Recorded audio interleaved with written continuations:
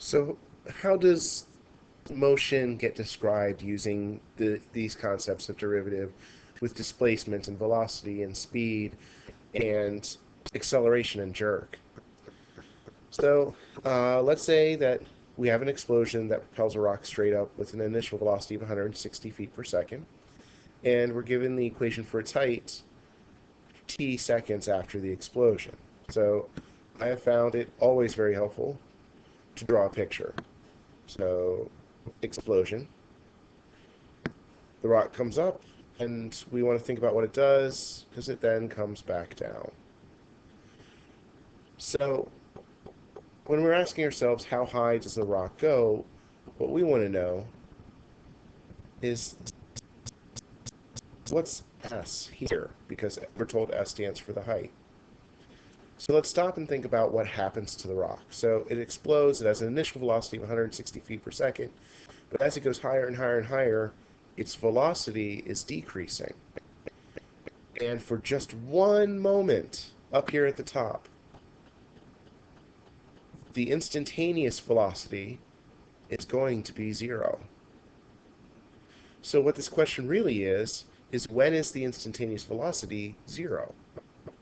Well, to find instantaneous velocity, that's the first derivative of time, of our height here.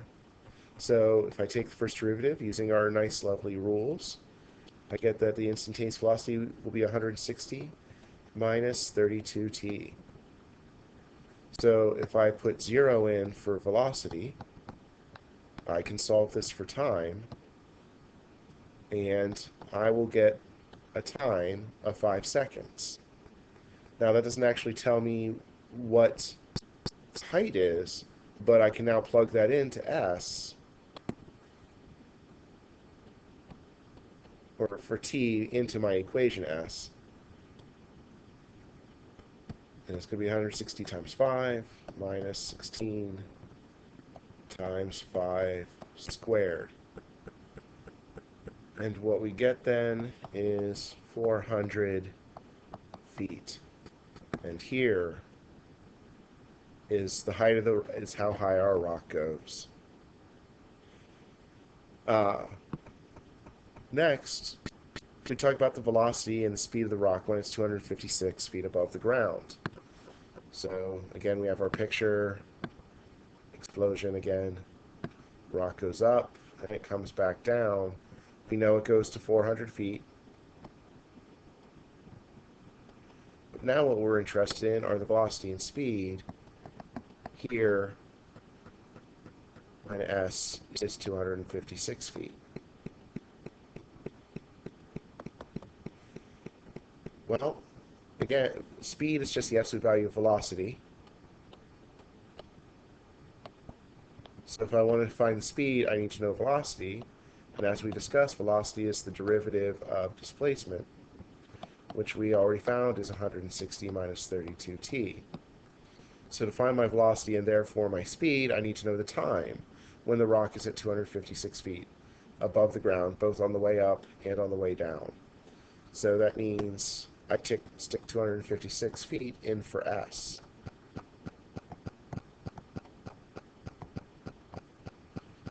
Excuse me. And I'm going to move everything to the left side here.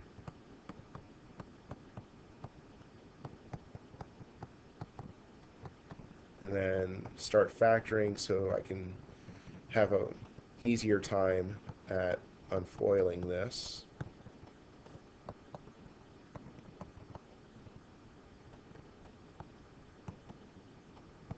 And I get that t equals 8 or t equals 2.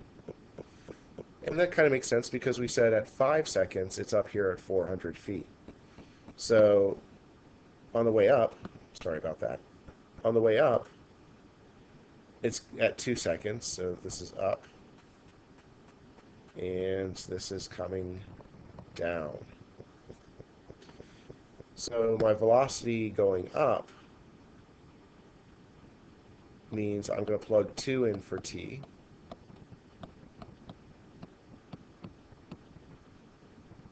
And that is 94 feet per second. Well, then speed at t equals 2 is the absolute value of that, so it is also 94 feet per second.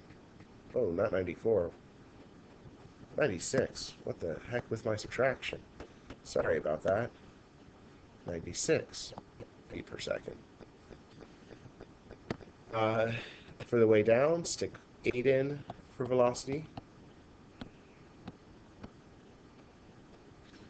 And that's going to be negative 96 feet per second. Well, then the speed going down at 8 seconds is the absolute value of that, which will be positive 96 feet per second.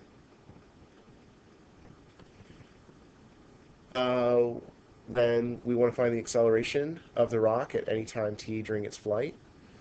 Well, acceleration is the first derivative of velocity, which means it's the second derivative of displacement. So we already figured out that velocity is 160 minus 32t. Well, its derivative then would be acceleration, which would be negative 32. And if we were caring about units, that'd be feet per second squared. And so you can see this actually makes sense in terms of in science class, if you've talked about acceleration due to gravity, because gravity is the only force acting on this. The free fall constants on Earth in metric is 9.8 meters per second squared, but we were working in English units with feet and seconds. That would be 32 feet per second squared, and because it's pulling it down, that's why it was negative.